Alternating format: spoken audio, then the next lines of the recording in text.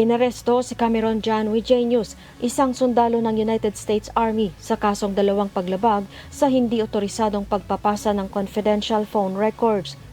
Inihain ang kaso laban sa kanya sa Western District ng Texas sa Waco, ngunit hindi tinukoy ang kanyang ranggo o kung saan siya nakatalaga.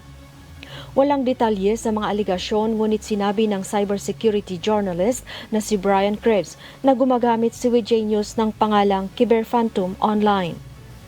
Nagbahagi rin umano ito ng mga hack na may kinalaman sa mga tawag ng mga mataas na opisyal ng gobyerno, kabilang na si Vice President Kamala Harris at President-elect Donald Trump.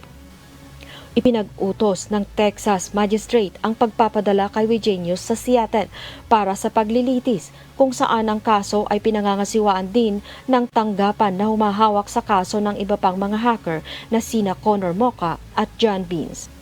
Ang mga ito ay inaresto noong October 2023 kaugnay ng malawakang data breach